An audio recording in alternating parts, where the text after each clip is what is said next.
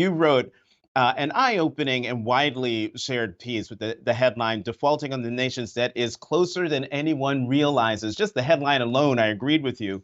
But since then, President Biden has invited the top congressional leadership to the White House next Tuesday to discuss the debt ceiling, an invitation that came after Treasury Secretary Janet Yellen made the announcement that we could hit the X date, the date that the United States would crash through the debt ceiling, as early as June 1st. So are you more or less optimistic today about the U.S. avoiding default than you were when you wrote your article last week?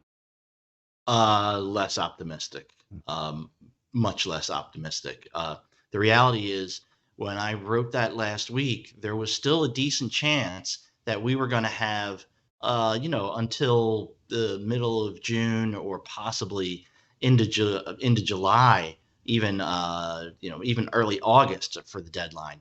Today, we're looking at June 1st. There is still a chance that you could see some recalibration of incoming receipts, outgoing revenue, and Janet Yellen could come back in a couple of weeks and say, "Hey, we have a little bit more time."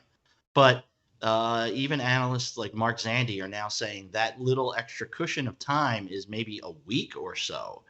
We're not talking about having like extra few months, and so now this is a Congress that has, basically has to deal with something in a matter of a couple of weeks that they thought they had a couple of months, and they had planned for this month to be quite leisurely.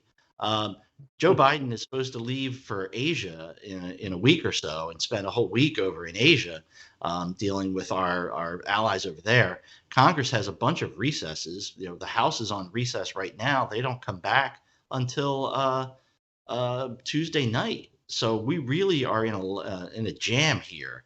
The timing is worse than it ever could have been.